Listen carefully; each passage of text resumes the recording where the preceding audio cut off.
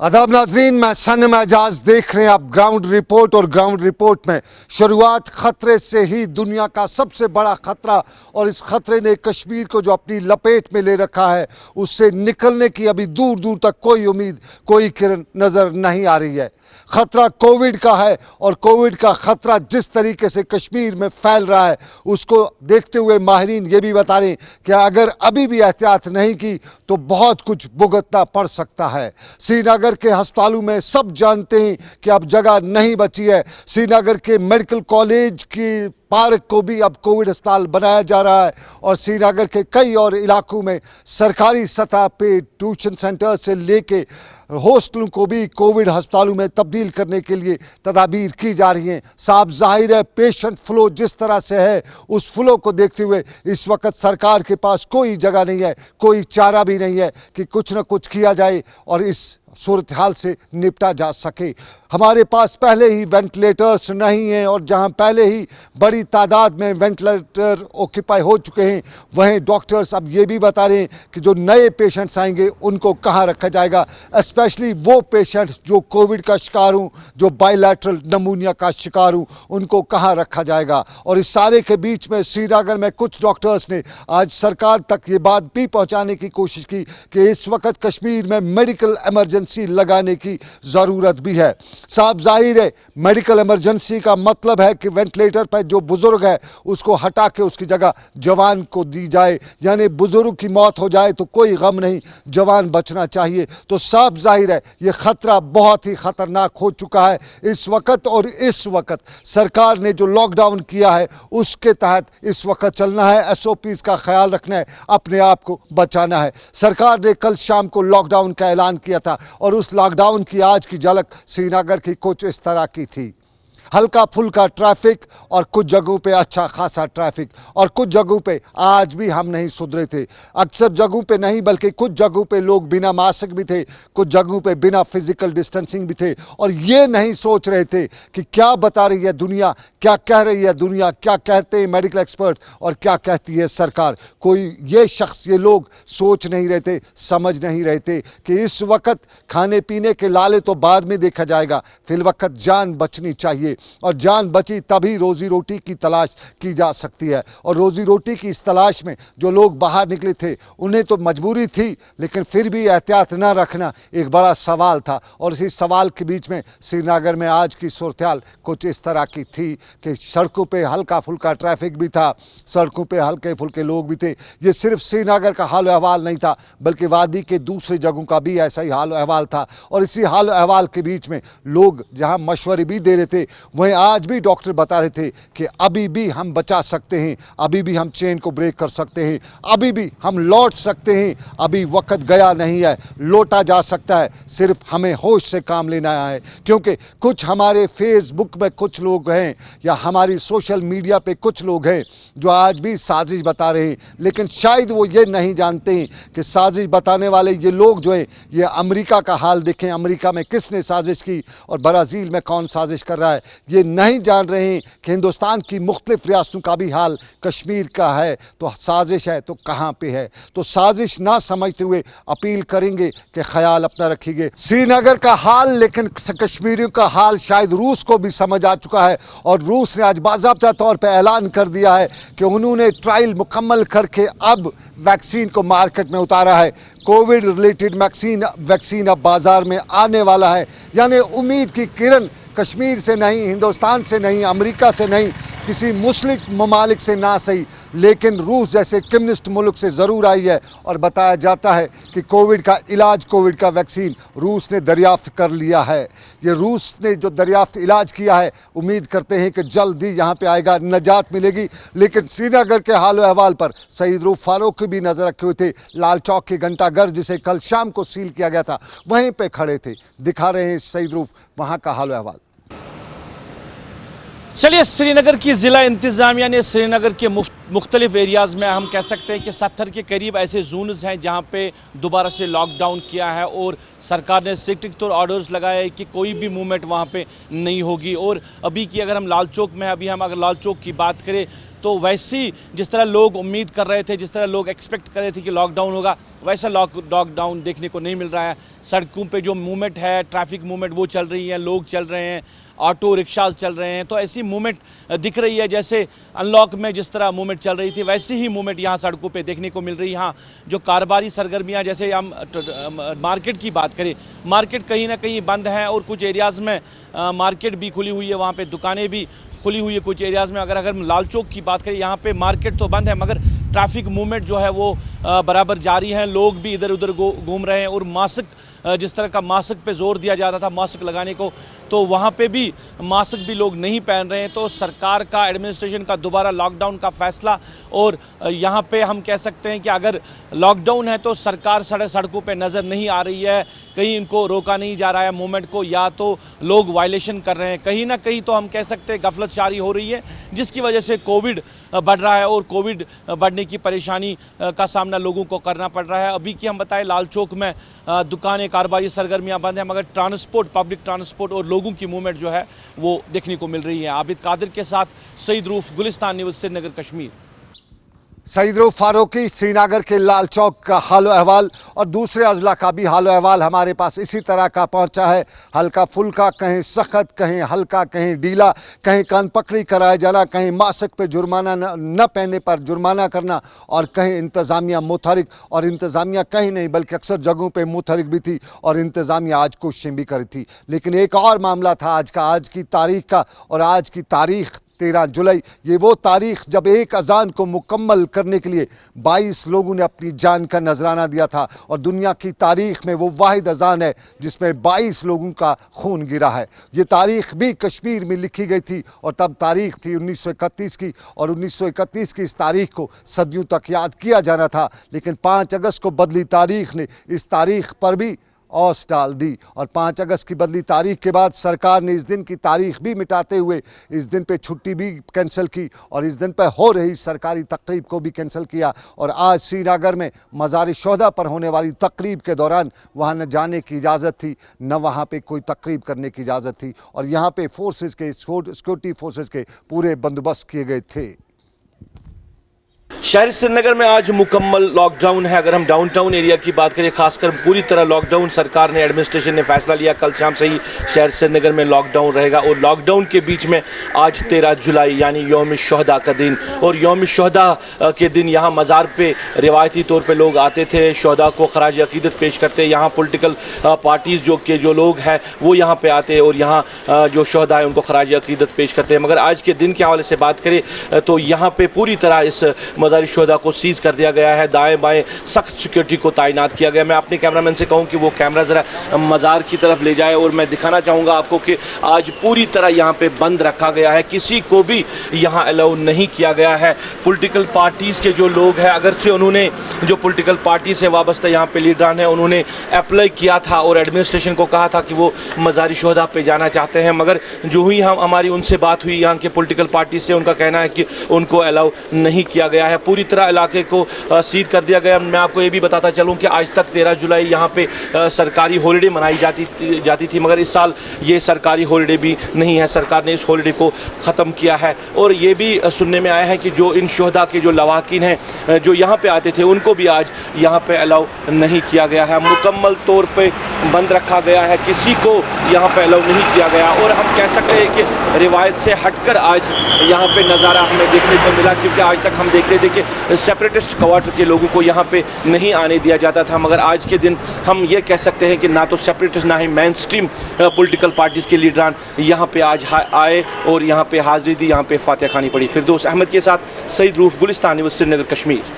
13 जुलाई की तारीख, और इसमें सियासत का बड़ा ही रद्द अमल रहा है। माजी में सियासत भी कई सियासी जमातें यहाँ से करती आई हैं, ताहम नेशनल कॉन्फ्रेंस जो कभी इसको अपना सियासी गढ़ भी मानती थी, आज पूरी तरह से खामोश रही। न उमर अब्दुल्ला का ट्वीट आया, न फारूक अब्दुल्ला का कोई लहजेदार बयान आया, ताहम नेशनल कॉन्फ्रेंस की तरफ से डॉक्टर मुस्तफ़ा कमाल का बयान आया, वो अलग बात है। न उमर अब्दुल्ला ने मज़ार-ए-शोहदा जाने की कोशिश की, न फारूक अब्दुल्ला ने पहल की, ताहम बयान आया तो मुस्तफ़ा कमाल की तरफ से, और वही बयान जो माजी में वो देते रहे वही बयान आज भी उन्होंने दिया। और इसी हवाले से उनका बयान कि बात दिल्ली की है, दिल्ली से पूछी जाए।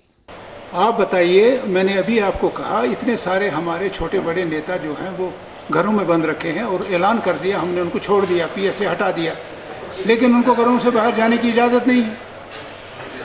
Sir party leader Omar Abdullah, Farooq Abdullah तो रिहा है।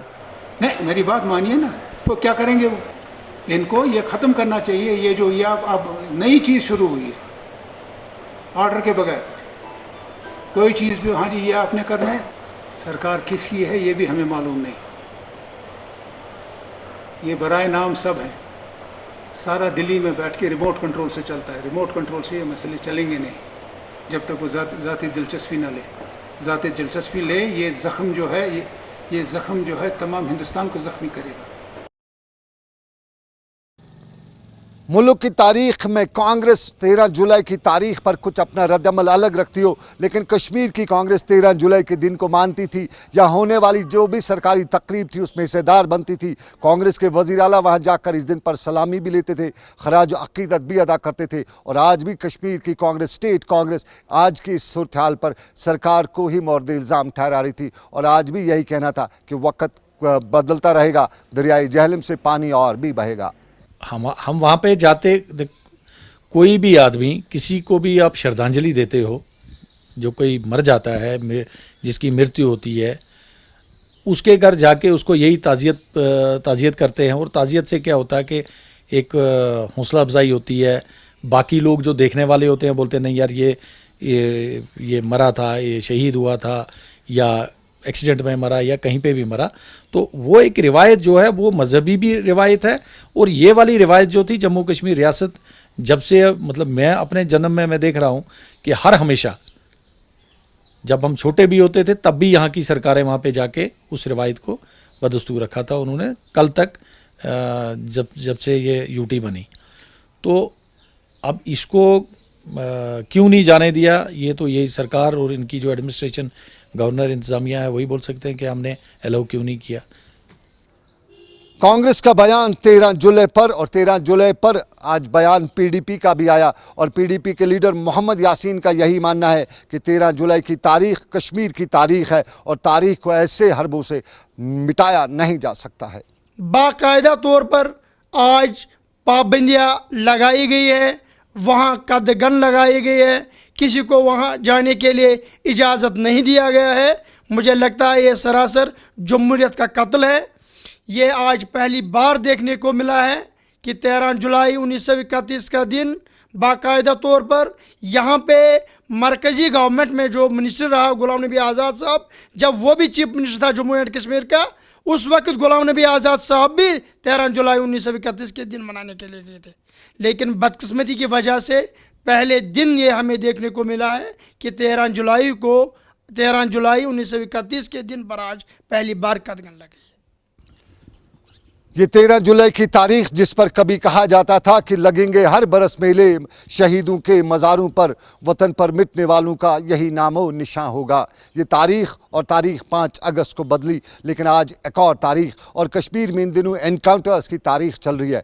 कल रेबन सोपोर में एनकाउंटर हुआ, रात देर गए तक हुए एनकाउंटर में 3 मिलिटेंट मारे गए, और आज साउथ कश्मीर के सरी गुफारा में एनकाउंटर हुआ, 2 मिलिटेंट मारे गए, और यहाँ एक खातून के मारे जाने की भी खबर है। लेकिन इस सारी सूरत में जून और जुलाई और दोनों महीनों में वो कोई दिन नहीं था जब सुबह की शुरुआत एनकाउंटर से नहीं होती हूँ, और आए रोज़ हुए एनकाउंटरों के दौरान खौफ दहशत की लहर भी कश्मीर में चली है। कल नॉर्थ कश्मीर हुए एनकाउंटर पर नॉर्थ कश्मीर के डीआईजी सुलेमान चौधरी ने आज मीडिया से बात करते हुए बताया कि कल 3 मिलिटेंट्स में मारे गए, 2 का ताल्लुक पाकिस्तान से है, जबकि एक की शिनाख्त हनूज होना बाकी है। ताहम उन्होंने ये भी बताया कि करीबन 30 से 35 मिलिटेंट इस वक्त नॉर्थ कश्मीर में सरगर्म हैं जो पाकिस्तानी हैं, जबकि 15 से 20 के करीब मिलिटेंट जो हैं वो लोकल मिलिटेंट्स हैं। और उन्होंने कहा कि पुलिस जानती है और पुलिस के पास तजुर्बा है कि इससे किस तरह से निपटा जाएगा। This coordinated search operation was launched in the Reban area of the Sopore that falls under the jurisdiction of the Sopore police, and when the search parties were searching the target house and the nearby houses, and the moment when they were evacuating the civilians from the nearby houses, the militants who are hiding inside the houses, they have started indiscriminate firing on the security forces, which led to the encounter. It started in the intervening night of 11th and the 12th, and This encounter lasts for almost whole of the day, and after the conclusion of the encounter, 3 militants have been neutralized, and out of 3 militants, the identity of the 2 militants have been ascertained. They are foreign terrorists. Their code is Usman Bhai, and the second one is Saifullah. And so far as the involvement of these militants are concerned, is Usman Bhai. He was involved in the recent attack in the model town in the Sopur, in which one CRPF personnel attained martyrdom and another civilian got killed. And so far as their involvement in the other incidents are concerned, we are ascertaining. So far as the identity of the third militant is concerned, it is yet to be ascertained. And they have belonged to a Lashkar-e-Toiba outfit. तो इस चीज़ को रोकने के लिए देखिए क्या कहते हैं कि आपको पता है कि कहते हैं जब से पोस्ट एब्रोगेशन जो हुआ है, जब आर्टिकल 370 जो हुआ है, उसके बाद अटैम्प्ट्स रही हैं हमेशा क्रॉस से कि ज़्यादा से ज़्यादा जो है वो रिक्रूटमेंट की जाए, ज़्यादा से ज़्यादा एक नैरेटिव यहाँ पर जनरेट किया जाए. बट टोटलिटी में हमने देखा, अगर हम देखें लास्ट ईयर का, कि जब ये एब्रोगेशन हुआ था उसके बाद भी यहाँ पर जो हैं कुछ मिलिटेंट्स जो हैं जिन्होंने यहाँ पर कुछ फ्रूट मंडी के मर्चेंट्स थे उन पर अटैक किया, सिविलियंस को टारगेट करने की कोशिश की, जो आउटसाइड यहाँ पर जो काम करते थे उनको टारगेट करने की कोशिश की. But despite of that fact क्या कहते हैं लोगों ने जो है इसको अपोज किया, और उसके बावजूद भी जो है यहाँ पर जो एक्सपेक्टेशन थी कि यहाँ पर मिलिटेंसी जो है और बढ़ेगी या और रिक्रूटमेंट होगी, वैसा नहीं हुआ.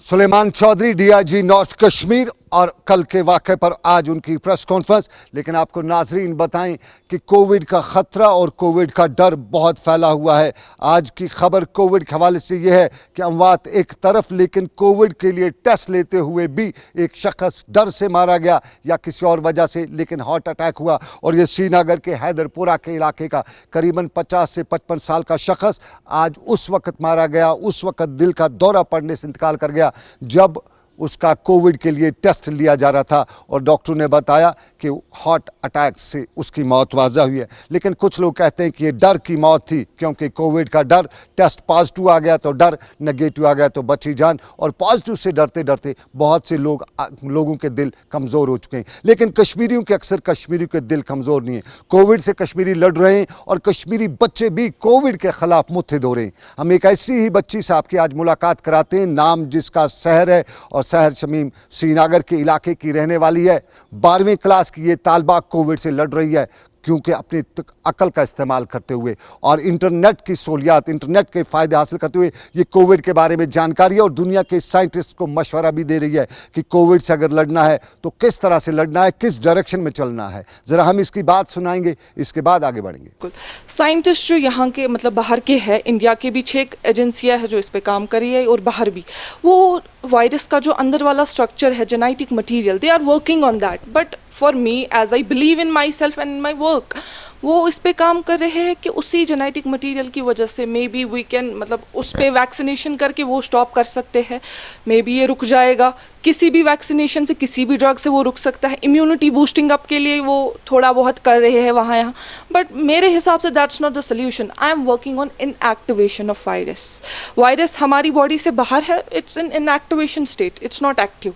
Once it we get infected by virus, binding होती है रिसेप्टर्स की, जिसकी वजह से ये सेल के अंदर जाता है. ये तो इनएक्टिव स्टेट में है. Once it binds with the ACE2 receptor, scientists say the particular receptor for coronavirus, it's ACE2 receptor. Once the binding gets endocytosis, the process gets occur, and it starts multiplication in a fast rate that nothing up to this time, जब से ये start हुआ है इस time तक इसका कोई cure नहीं निकला है. मेरे हिसाब से मेरा जो वर्कआउट है, मैं थोड़ा सा जस्ट आपको दूंगी कि मैंने कैसे काम किया है. एंटीबॉडी हमारे बॉडी का एक अपना mechanism, defence mechanism. We can just only trigger it. हम ट्रिगर कर सकते हैं इसको, वहाँ से हम एंटीबॉडी नहीं दे सकते. कोई वैक्सीनेशन से okay boosting up immunity, yes that's true, immunity वही तो अपना डिफेंस मैकेनिज्म है. But we can't say that's a cure, that will put it this pandemic to an end. मैंने काम किया है इस रिसेप्टर्स वगैरह है जो भी है इनएक्टिवेशन स्टेट में वायरस के. Yes, if there will be no binding, कोई बाइंडिंग वगैरह नहीं होगी, हम वहाँ पे एंटीबॉडी को ट्रिगर कर सकते हो, whether we take vitamin D और एनी अदर मेडिकेशन. इस चीज़ के लिए वहाँ पे ये इनएक्टिवेशन स्टेट में रहेगा, एक्टिव नहीं होगा. We will be protected. और वहाँ पे हम एंटीबॉडीज़ वगैरह प्लाज्मा थेरेपीज़ वो they can be workable at that time. बेटा मुझे एक चीज़ बताओ, यस, इस थ्योरी में आप साइंटिस्ट को मशवरा क्या दे रही हैं कि वो किस तरह से काम करें? मशवरा बताओ। बिल्कुल, मैं साइंटिस्ट को यही मशवरा दे रही हूँ कि वो जो अंदर वाले जेनेटिक मटेरियल जो है, मतलब वो उसको डिकोड नहीं कर सकते उस structure, and it has taken the particular, it is whether virus, it may be RNA और DNA, it has taken RNA, but we can't decode it structure. वो इतना स्ट्रॉन्ग है, इसकी multiplication, it has taken the particular human species for the multiplication as a host virus. There are millions of viruses present in our environment, in our surroundings, but this virus, coronavirus, it has taken the particular species of human, and it has taken our cells as a host. There are billions and millions of cells in our body.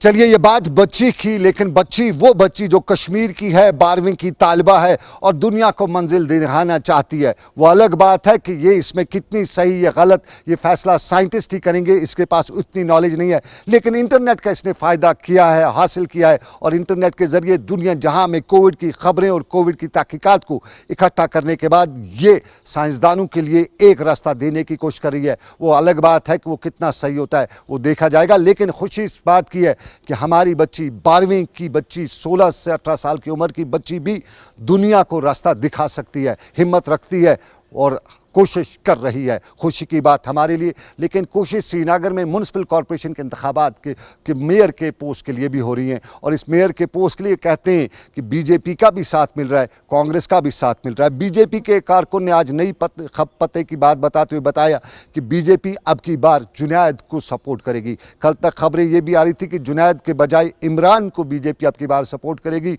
और कांग्रेस जुनैद को support करेगी। लेकिन आज BJP के एक corporator ने बताया कि उन्हें डायरेक्शन मिली है कि सपोर्ट जुनैद को करना है। तो ये श्रीनगर की कहानी, मेयर के से लेके श्रीनगर म्यूनसिपल कॉरपोरेशन की। लेकिन इसी सारे के बीच में कुछ ये भी कहा जाता है कि 16 की तारीख को पता चल ही जाएगा कि कौन बीजेपी के साथ है, कौन कांग्रेस के साथ। तो फिलहाल श्रीनगर स्टूडियो से मुझे दीजिए इजाज़त। आबिद कादिर के साथ आप रखिए अपना ख्याल। अल्लाह हाफिज़।